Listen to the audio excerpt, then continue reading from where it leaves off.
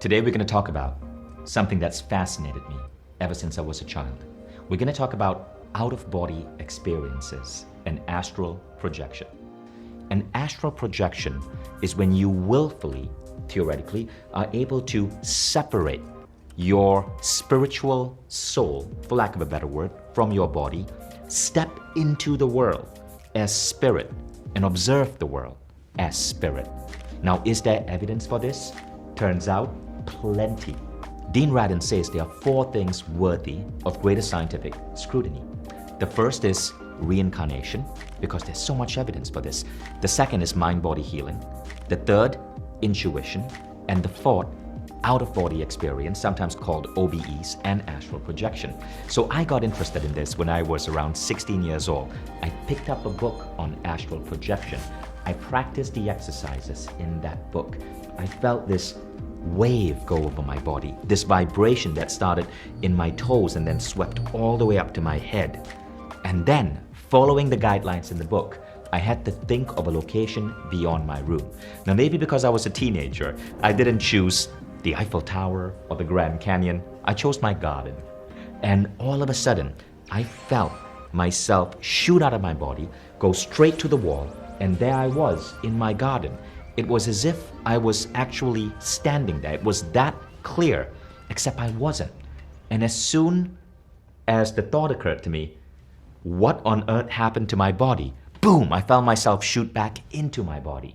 Now, years later, I would travel to the Blue Mountains of Virginia and I would study at the Monroe Institute. The Monroe Institute is this institute set up by Robert Monroe. He was one of the writers who popularized the idea of astral projection. And the author of this book, Journeys Out of the Body. Would you welcome Robert Monroe?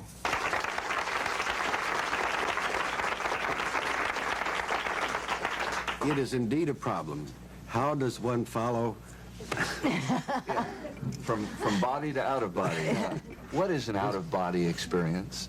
Well, an out-of-body experience is a state of being, a state of awareness, a state of action, separate and apart from the physical body.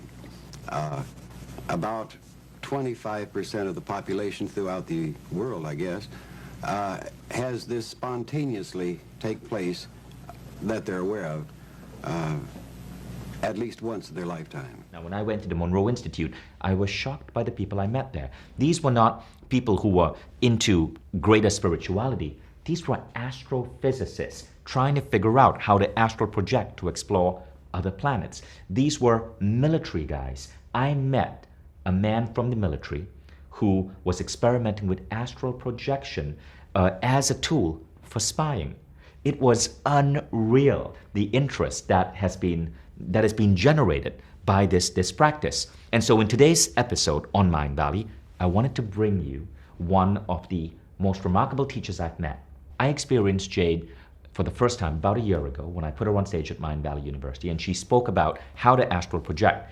And in this episode, we're going to go deeper into what is astral projection, why you may want to explore it, and how to get started. So please give a big Mind Valley welcome to Jade Shaw. Hi, thank you for having me. So firstly, Jade, we are filming here in London. That's just for the people who are watching. And let's start with a little bit of your backstory. How did you get so into astral projection? Wow, yeah, well, it kind of all started when I was a child. So when I was little, I was absolutely terrified of the night time. I would be in bed and I would feel all of these vibratory sensations, this feeling of energy moving through my body, and it got to the point where it felt like my bed was even shifting back and forth. Of course it wasn't, this is all internal. But then one night I realized that if I slowed down my breathing when these sensations happened, it would bring the experience to a stop.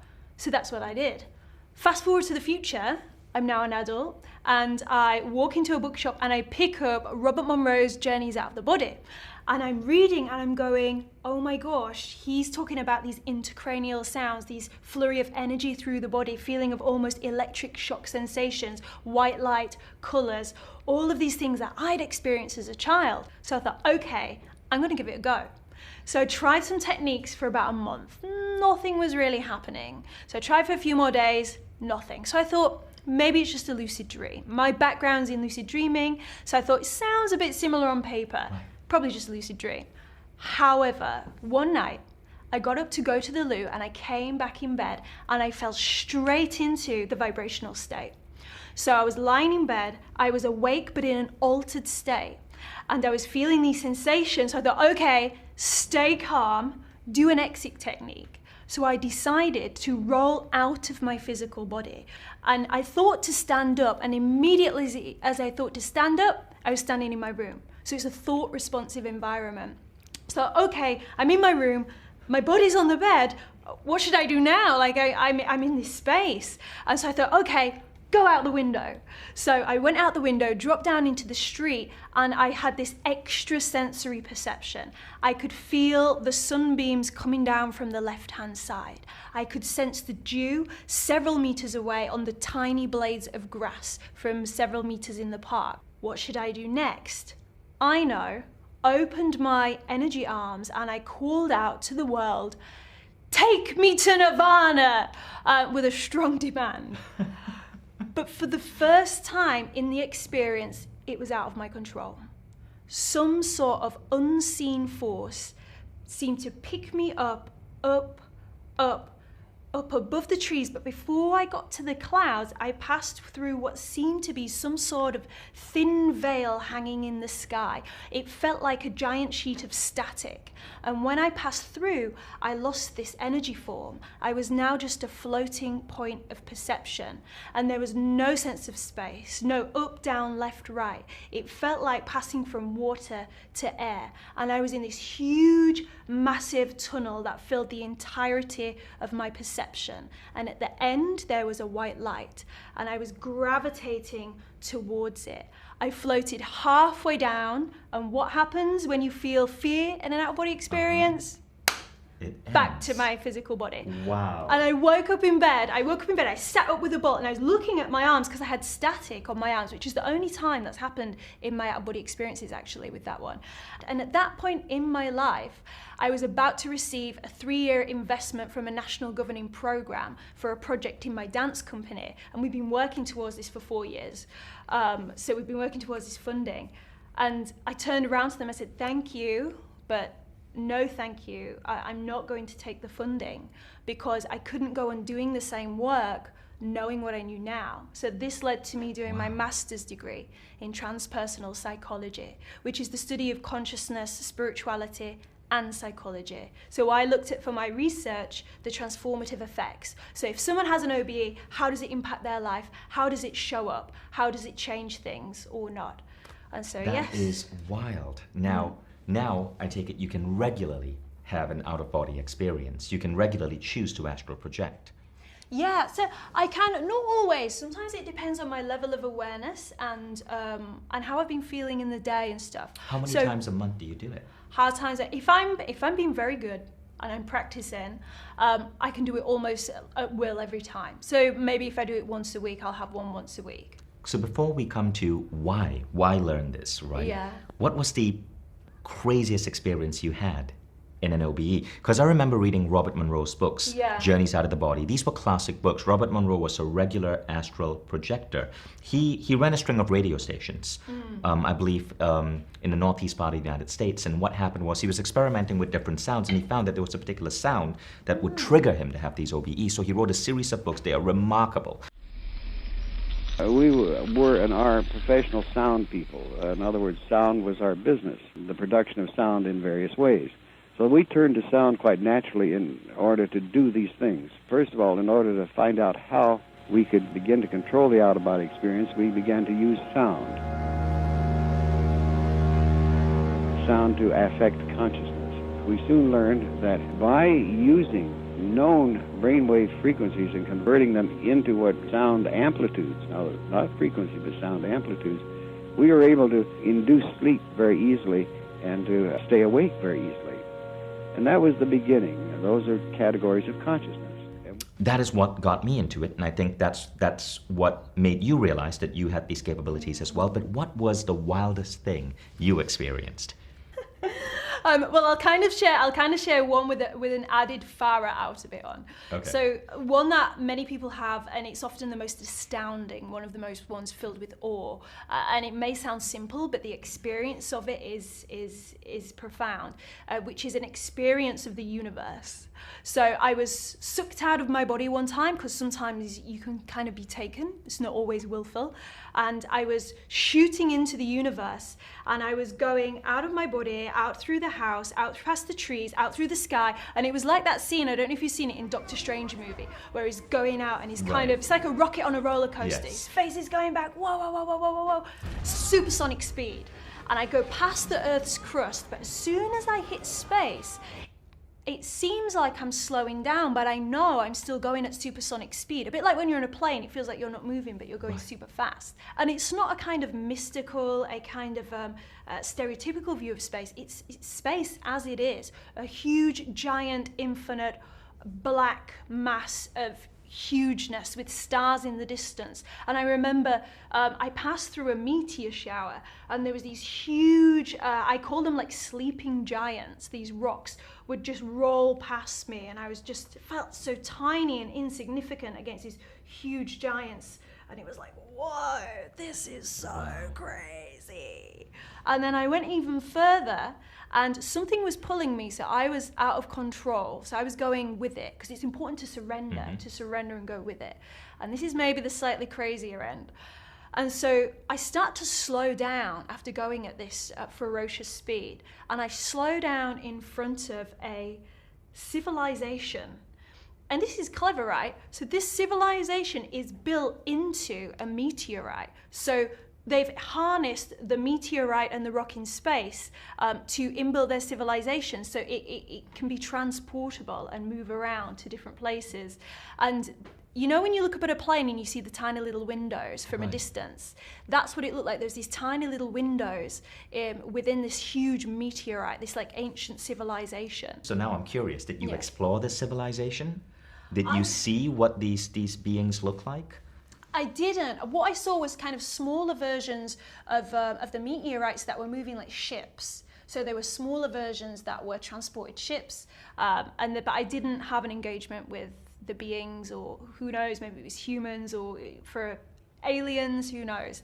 But I didn't know. It seemed like I was being given this experience versus me being in control of it. That's amazing. There was an interesting experiment with astral projection where a couple of astrophysicists decided to experiment with seeing what would happen. So this was when one of NASA's satellites was about to take the first known photographs of Pluto. So they had someone astral project to Pluto to describe the landscape before NASA could photograph the planet. And they were later able to verify that this man, this astral projector, was able to describe the planet of Pluto in a way that matched NASA's new photographs of this planet. And it's wild what he was able to describe. So now the question is, what do you think is going on there? So really good question. And it would depend on what psychological lens I'm looking at astral projection through. So, for example, in some shamanic traditions and spiritualist traditions, they would say the soul or the spirit is leaving the body and able to travel the universe. Whereas in Buddhism, they would say it's an expansion of consciousness from the body, able to have a tangible sense of self. And in psychology, they would say that we are traveling within a model of our own memory and imagination within our own mind. But my question is, where is the boundaries of our own mind and where reality, depending on how we define it, begins? So just because it may be within our own mind, it doesn't necessarily mean it's not real. Right. I guess the easiest way for people to understand this, based on our current worldview, how we've been educated in terms of all the religions around the world, is that this is the soul detaching from the body and going in an exploration of its own. But this is not death. The soul is able to re-engage with the body. And I guess that is the current most dominant understanding of astral projection. But of course, this is simply from a cultural lens, because human beings have been talking about a soul for thousands of years. It's just that the idea that we can willfully get the soul to detach and go on its own exploration, that's what is new. Now, what are some of the benefits of astral projection? Why is this a useful spiritual art to learn?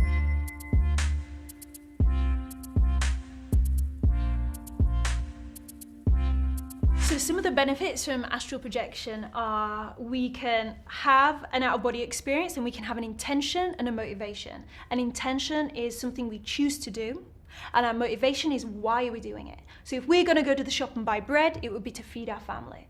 So we can choose to do something when we go out of body. And so some people decide to find answers to a problem they have in their life. Some people decide to find the source of their illness and find a solution for it. Others want life guidance. There was one of my case studies called Joe, and he got a message from a being that said to him, just do your best and the system will support you.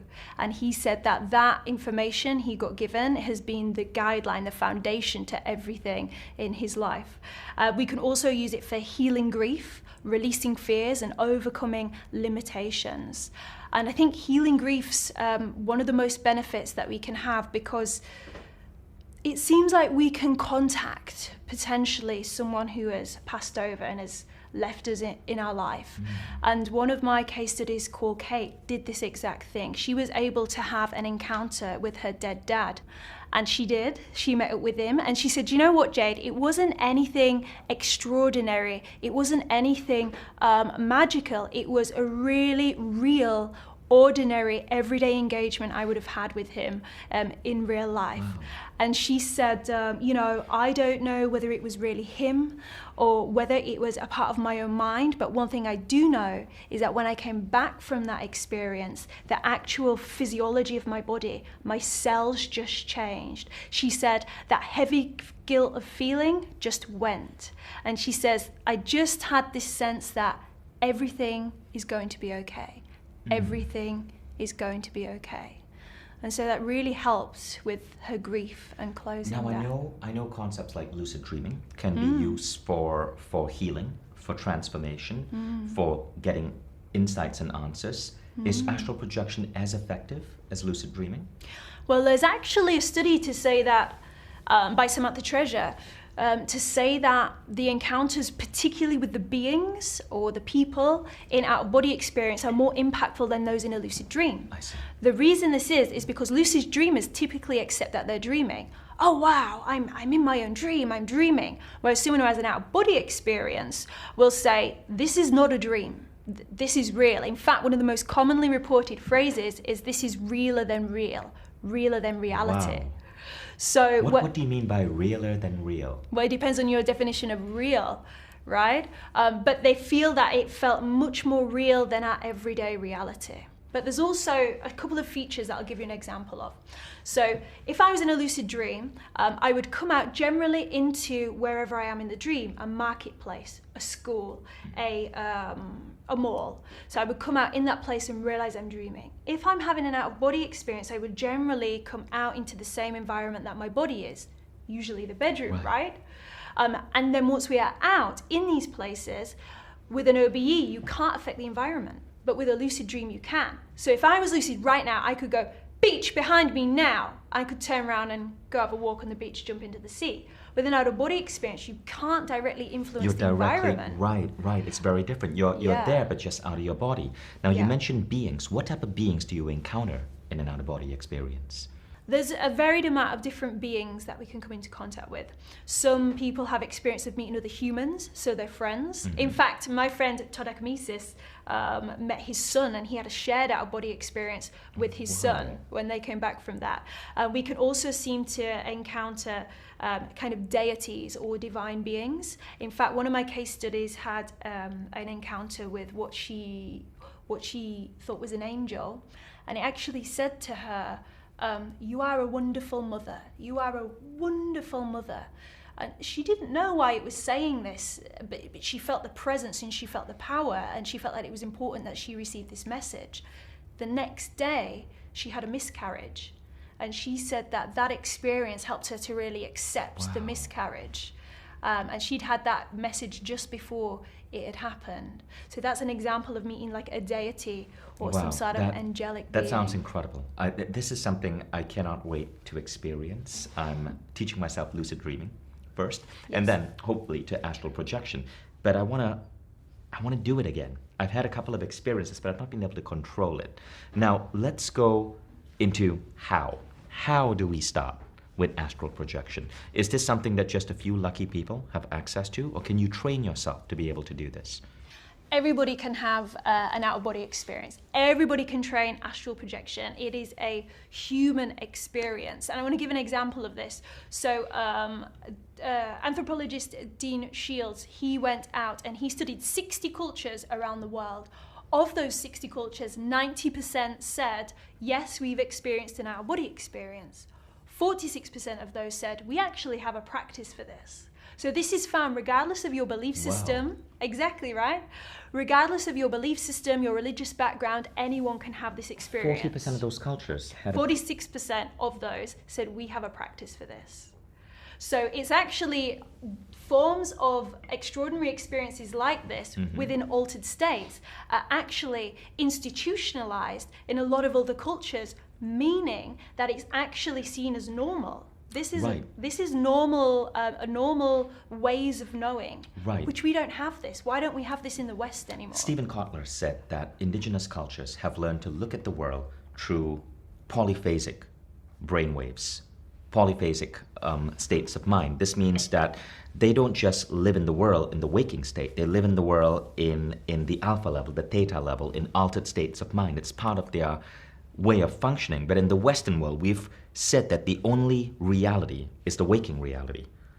And so we are polyphasic beings badly trained to function in a monophasic way. And this is something that we have to learn to untrain ourselves, particularly those of us living in what are no longer indigenous cultures. So what is that process? How do we start training for astral projection? So there's 3 steps that we can do. So the first step is mind awake, body asleep state.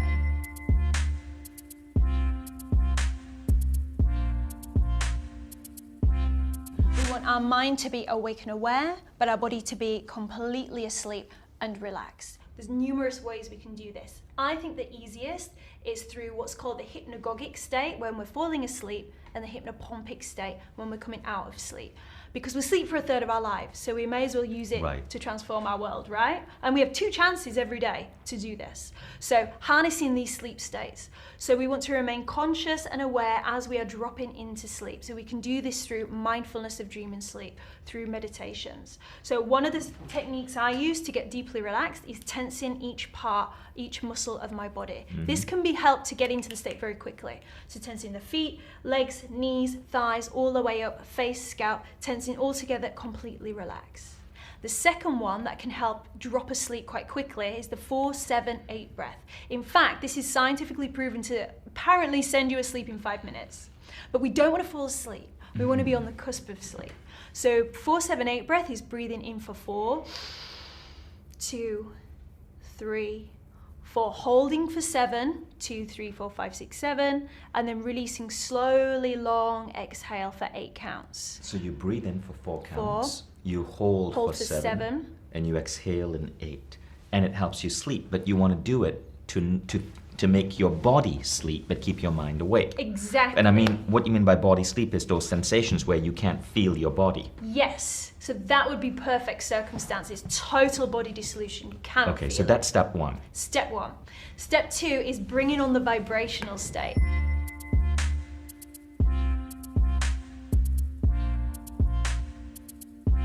So this is when I was talking about these very physical feeling sensations. It could feel like flurry of energy, electric shocks. It's been described as being in a vacuum or a tunnel, but I do want to say it's completely safe and it's not painful. It's just, it can be quite intense. So we want to bring on the vibrational state. So this is the liminal space just before we exit. And we can do this by visualizing a white light, a ball of white light coming towards us slowly. And as it comes towards us, it gets more powerful, generating more energy, getting bigger and bigger and bigger. And it stops right in front of our forehead, enters into here in what we might call the third eye space. And as it enters, we want to imagine a vibration entering the body, pure white light vibration, coming down. And then I'm going to double up a technique here, because I like to do back-to-back techniques. We can either imagine the vibration is filling our body, If it hasn't come on yet, we can actually make this into a wave. So the vibration goes down into a wave, down to the toes. Imagine the vibration is coming back up to the head, down to the toes, up to the head, down to the toes, up to the head, until it goes so fast, it creates one long en masse encompassing the body of vibration. So you imagine a light.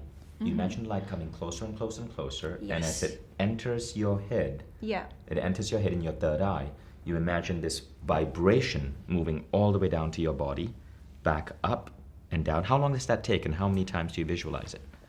That's really nice. I spend a long time. It depends how quickly you can drop in. Right. Some people struggle with visualization, and which if they do, they can just imagine what it would be to feel like these sensations. I would do each one for a few minutes, but you can make it longer or make it shorter until we feel these vibrations. So until you start feeling it, and this is how you'll know, you shouldn't question whether it's real. It should feel like, oh my God, I'm really vibrating, I'm really vibrating. So when you feel that, that's the cue to go, aha, now do an exit technique.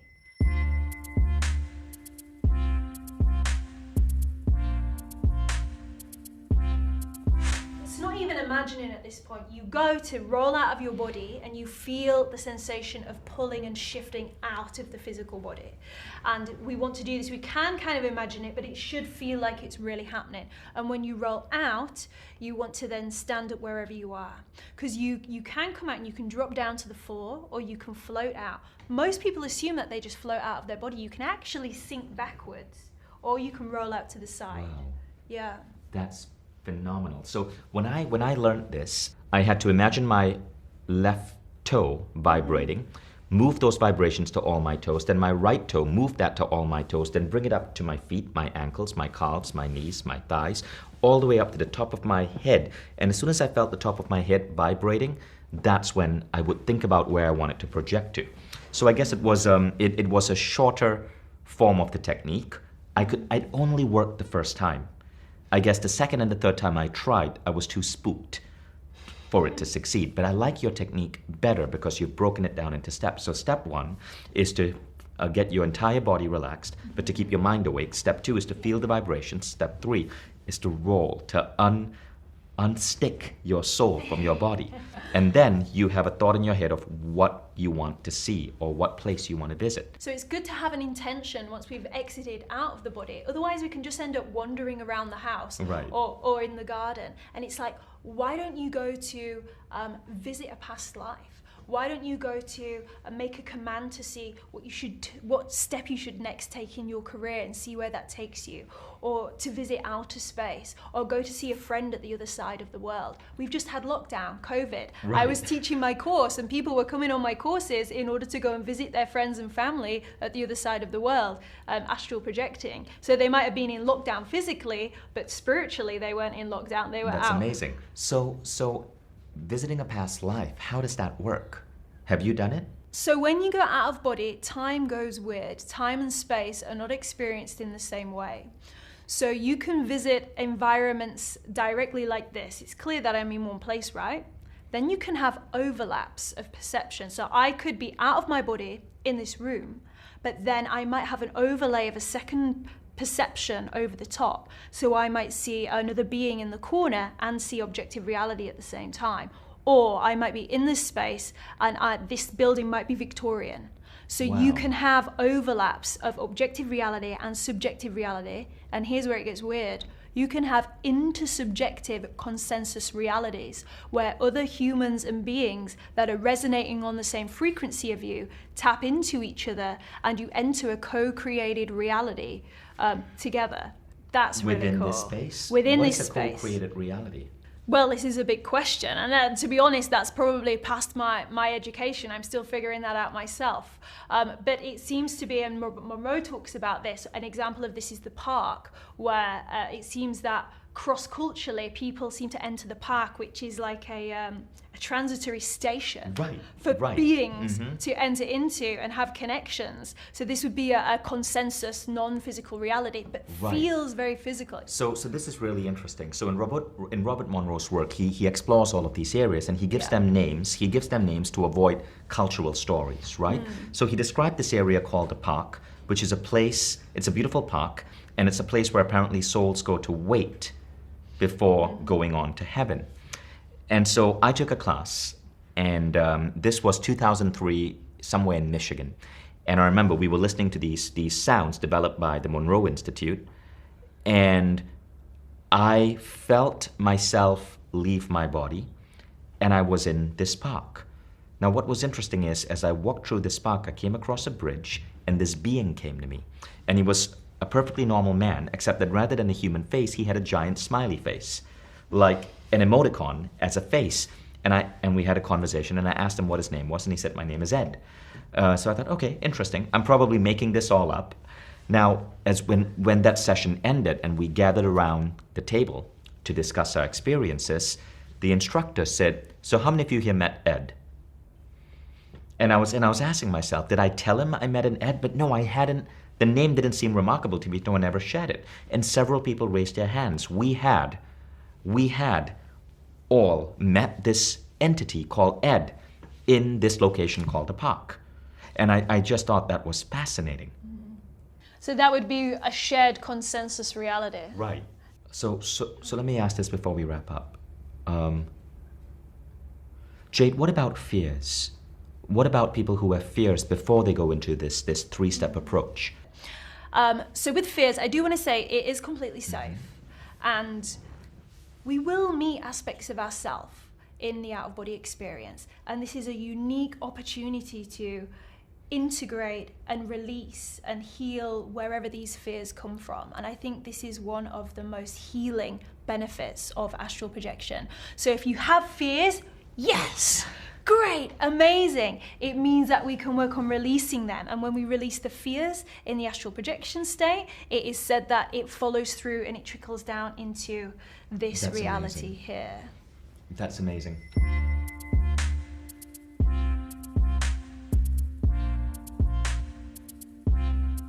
So let's recap that three-step approach, okay? Step 1. So step 1, mind awake, body asleep state. Mind is awake and aware, body is completely relaxed. We tense every muscle in the body and relax it. Then we do the 4, 7, 8 breath. Breathing in for 4, holding for 7, and then releasing long, slow exhale for 8. Few minutes each, you can make it your own.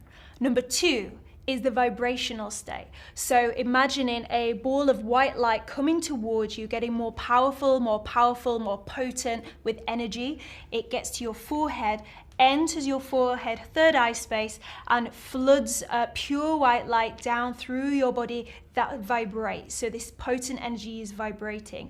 Make this into a wave that goes up and down, head to toe very quickly until it becomes one en masse vibration. Then either intuitively following the vibrations to exit the body, or you can try to roll out. So turning out of the body to stand up in your room. But you can also just sit up. So if you forget to roll out, just think, sit up out of the body. Then have your intention. What are you going to do and why are you going to do it? Why is the most important? If we have a meaningful reason for this practice, our unconscious mind and the greater reality perhaps is going to get on board if we want to do this to heal aspects of ourselves or to help other people. Okay, this is mind-blowing. I cannot wait. I cannot wait to go deeper into astral projection. So I hope you enjoyed this episode here on Mind Valley. Feel free to Google and follow Jade. Jade, what is your Instagram? Jade Shaw, Astral Teacher. Jade Shaw, Astral Teacher. And if you find these ideas interesting, we may be having more conversations with Jade, including bringing Jade on the Mind Valley Connections app for a live Zoom call on astral projection. So thank you, Jade. Thank you for having me.